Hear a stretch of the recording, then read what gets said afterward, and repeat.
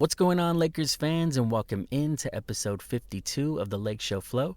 I am your host, Gio, as the Lakers get their first win of the season against the Minnesota Timberwolves, defeating them 128-110, and it felt good. It was a measure, or at least a sliver, of revenge against a team that gentlemen swept the Lakers last season. So as a fan, it felt great to watch, but you don't truly get revenge until you see them in the playoffs again. So before I get more into the game, I just want to say, if you're new here or you've been here, please show your support on the video.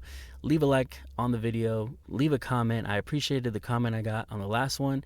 Any and all feedback is welcome here, so don't be shy. Leave me some dialogue. Let's start a little discussion in the comments if possible. But the video actually performed pretty good. It got over 100 views, which is good for this size of a channel, especially since I didn't push it out that much. I didn't really promote it, but I do gotta get better at that. But like I said, if you support, just continue to support, and we appreciate each and every one of you.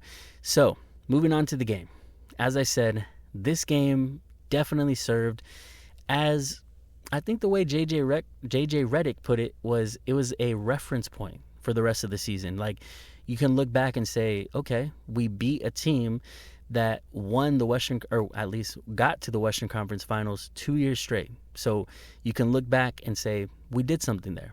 Now, another thing that's gonna be the main thing that people look back on this game is Luka Doncic, who not only dropped 49 points, which is amazing in its own right, coming off of a 43-point performance, and he gets his rebounds, he gets his assists. It's not just scoring with Luka, okay? He's everywhere. But this is Laker history, the first Laker to have back-to-back 40-point performances to open a season. Not Kobe, not Shaq, not LeBron James, Luka Doncic. Now, this is a franchise that you'd never expect to have more history that needs to be made. But then Luka just smiles and says, hold my beer. And not in the way, not in the very rude way that Michael Finley held his beer, okay? This is in the way of like, hey, I got something to do. Let me go show you guys that I can etch myself into Laker history. Like, who knows? He might be on the Laker Mount Rushmore one day if he keeps doing stuff like this. And he's only 26 years old. There are primes that sometimes don't even start into 28 years old, maybe even 30. Some players really, really peak at 30. Luka's 26 years old, and that Mavericks trade is looking crazier and crazier by every game, basically. And guess what? It's been 2. We got 80 more of these bad boys. Not to say he's going to drop 40 every game.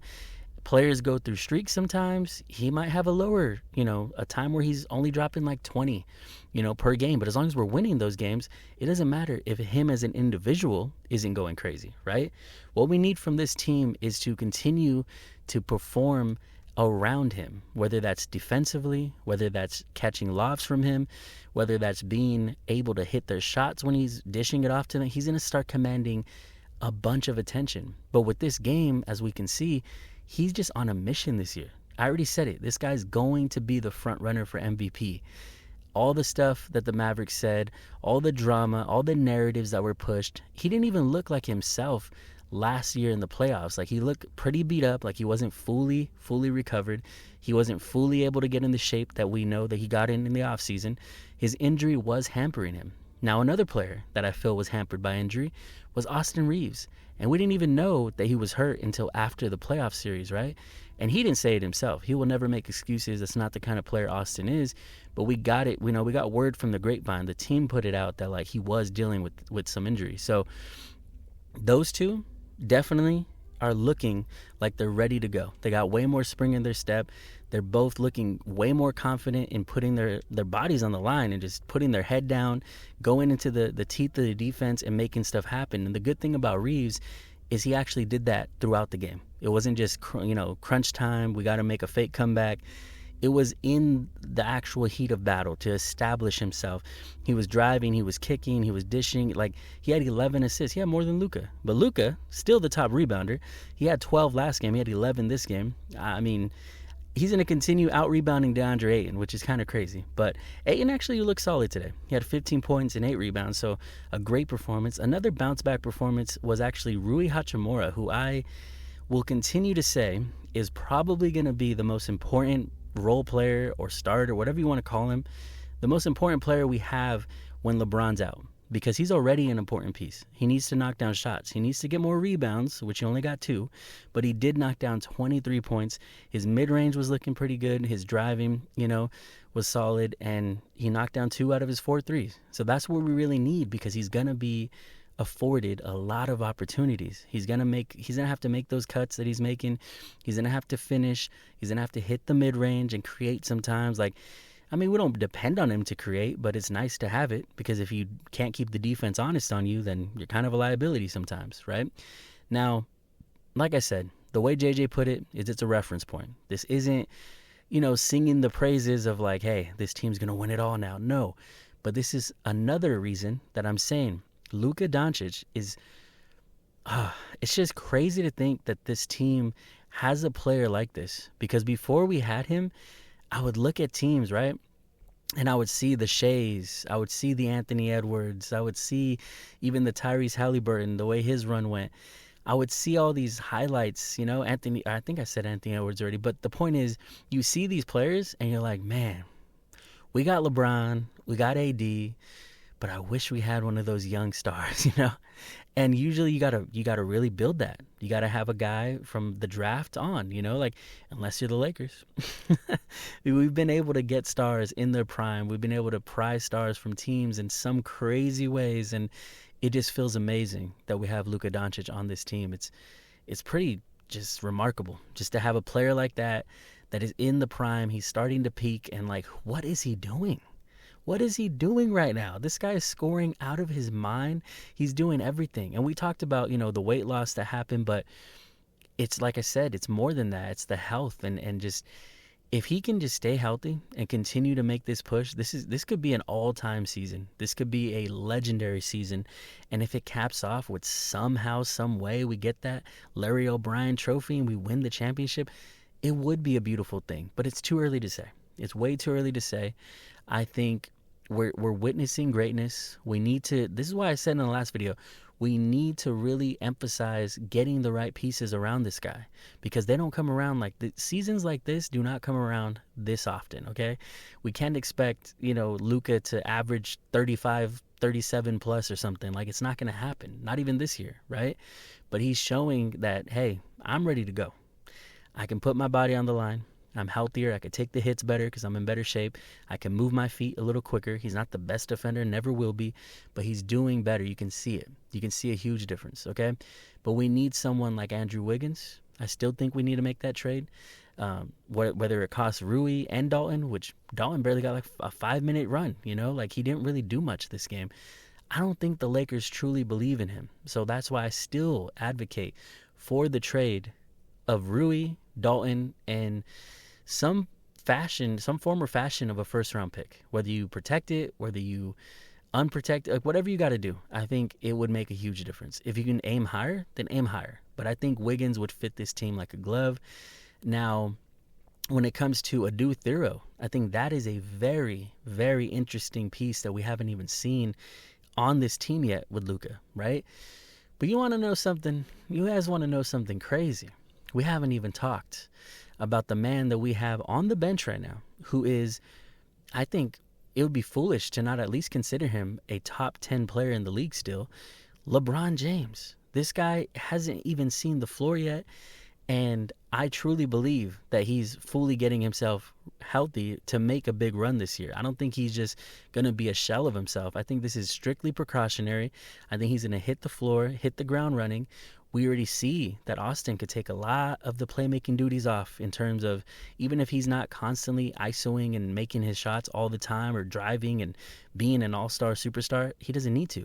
LeBron just needs to be able to play off ball more. I think we need cuts from LeBron. I think we need spot-up shooting, because LeBron can actually shoot pretty damn good from spot-ups. I think he's been like one of the better spot-up shooters in the last 3 years. I was reading something that said that. So you got Austin, you got Luka the Don, you got playmaking. Now, LeBron, you're just plucking a top 10 player from your bench, placing him in what already looked good tonight, and you're making a run. And I think they can go as far as Luka takes us, honestly. I think Ayton needs to have more performances like this. You can see the chemistry starting to build with him and Austin and Luka. I feel like they're starting to understand each other's spots a little better. You guys want to know someone I haven't even mentioned yet? Is Marcus Smart. He only had 3 points, okay? But he had the best plus minus out of the entire team. Even better than Luka. He had a plus 24. Luka was a plus 18. So when Marcus Smart was on the floor, the team was a plus 24.